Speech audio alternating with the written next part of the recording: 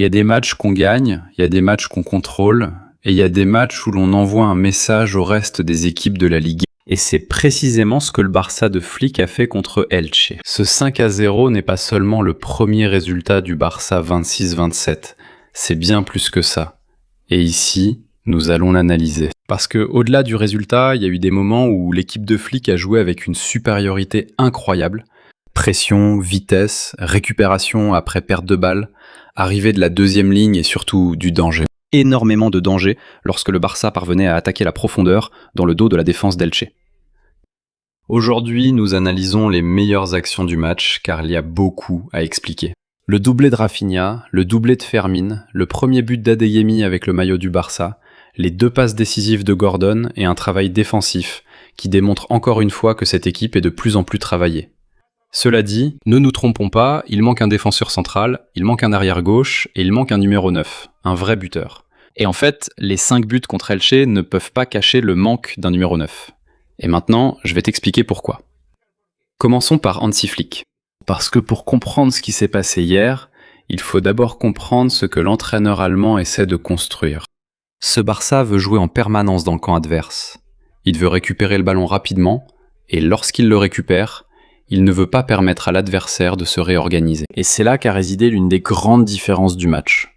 Chaque fois que l'Elche essayait de sortir, un joueur du Barça était déjà sur lui.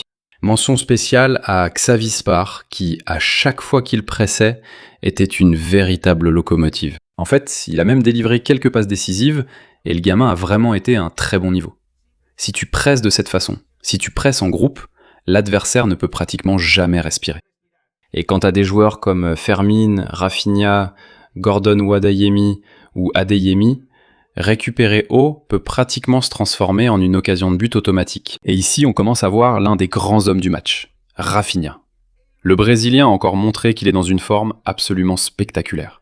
Je ne parle pas seulement de ses 2 buts, déjà excellents, mais aussi de la pression qu'il met et de la façon dont il motive ses coéquipiers à presser. C'est incroyable. Rafinha interprète parfaitement quand il doit apparaître sur l'aile et quand il doit rentrer vers l'intérieur, et ça c'est extrêmement important. Parce qu'il crée des espaces pour ses coéquipiers et rend la défense contre le Barça beaucoup plus difficile. Si le latéral adverse le suit à l'intérieur, il apparaît sur l'extérieur. S'il ne le suit pas, Rafinha peut recevoir entre les lignes. Et si l'adversaire avance trop sa défense, alors sa grande qualité apparaît, attaquer l'espace. Là, Flick a trouvé une véritable mine d'or. Rafinha n'a plus besoin de toucher constamment le ballon. Dès la première minute, il se consacre aux appels, comme on l'a souvent vu hier. Il sait parfaitement lire où il peut faire le plus de mal. Ce furent ses 2 premiers buts. Un match décisif. Et attention, car le meilleur reste encore à venir. Parce que si l'on parle de joueurs qui comprennent parfaitement ce que Hansi Flick attend de lui, il faut tirer notre chapeau à Fermin Lopez. Quel match a fait Fermin? Un autre doublé. Et c'est pas un hasard. Fermin a une caractéristique qui vaut de l'or pour ce système. Il arrive depuis la 2e ligne comme s'il était un attaquant. Pendant que les défenseurs sont concentrés sur les joueurs les plus avancés, Fermin surgit de l'arrière. Il surprend toujours.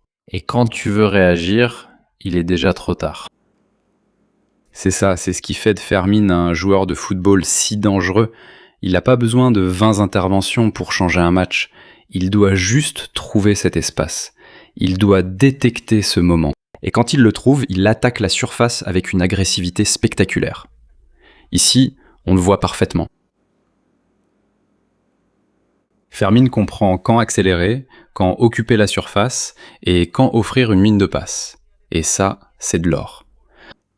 Ces 2 buts remettent en lumière une réalité. Flick a énormément d'alternatives au milieu de terrain. Mais il en a aussi devant. Parce que Fermin apporte quelque chose de différent. Il apporte de la présence offensive, il apporte des buts, il apporte de l'intensité, et bien sûr, il apporte de l'envie. C'est pareil pour Rafinha, cela se transmet aussi à ses coéquipiers. Mais maintenant, je veux que nous regardions attentivement le match qu'a fait Anthony Gordon. Je pense qu'il peut complètement changer l'attaque du Barça. Sa façon de comprendre comment attaquer l'espace offre désormais une option de plus pour Hansi Flick. C'est fou. En 5 minutes, Anthony Gordon aurait pu faire 2 passes décisives à ses coéquipiers le jour de ses débuts. Il a tout. Il provoque, il accélère, il cherche le couloir, il cherche l'espace, il fait ça tout le temps. Et surtout, il met la pression. C'est un joueur très collectif. Il est toujours attentif à ses coéquipiers. Il a beaucoup aidé Xavi Spar sur ce côté gauche. Il est clair que l'attaquant anglais est venu pour être titulaire dans ce Barça.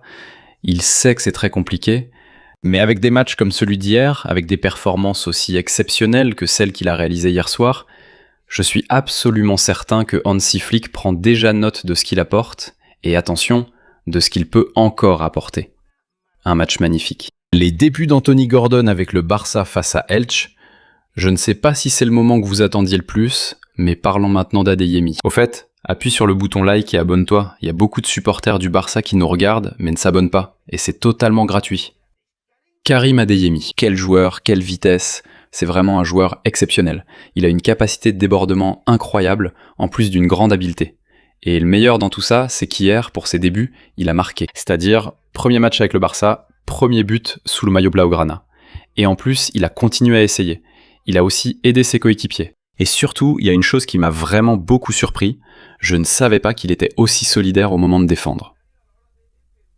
Aussi, tout comme Gordon, il a beaucoup aidé Xavi Spar sur le côté gauche. Par conséquent, soirée parfaite aussi bien pour Gordon que pour Karim Adeyemi, on voit ici clairement que c'est un joueur très dangereux. Et lors des soirées où tout est très bloqué derrière, il peut être la clé qui ouvre le coffre magique pour Hansi Flick. Vraiment une soirée mémorable pour le bon Adeyemi. En plus, marquer ton premier but dès le premier jour fait que la pression retombe complètement. C'est normal quand un joueur débute, quand un joueur fait ses premiers pas, disons, dans une équipe, il essaie de donner le meilleur de lui-même. Oui, dès le premier match, tu as marqué, je pense qu'Adeyemi va, comme je l'ai dit, se libérer de la pression. Et une autre chose que nous n'avons pas mentionnée, c'est qu'il comprend parfaitement les mouvements de ses coéquipiers. Ça lui est arrivé avec Fermin, Rafinha, et aussi au milieu de terrain avec Marc Bernal. Je pense qu'il est tout à fait capable, attention, de se montrer lors des grandes soirées, des soirées de champion. Je ne sais pas si ce sera comme titulaire, on verra durant la saison, mais pour Flick, je suis sûr que ce sera une option. Une carte très importante qu'il aura toujours dans sa manche. Très content du match de Karim Adeyemi, vraiment. Mais bon, après tout ça, certains doivent sûrement se demander en ce moment si le Barça marque autant de buts, s'il en met 5 à Elche lors de son premier match. Pourquoi aurait-il besoin d'un numéro 9 ? Eh bien justement, ce match nous donne aussi des indices. Parce qu'une chose est de créer beaucoup de dangers quand il y a des espaces, et une autre, complètement différente, c'est d'affronter une équipe repliée avec 10 joueurs autour de la surface. Cela change tout, et là, on continue de regretter l'absence d'une référence. Un avant-centre capable de fixer les défenseurs centraux, de jouer dos au but, et qui soit un vrai buteur. Un joueur très efficace, comme hier, peut permettre au Barça d'arriver et de marquer.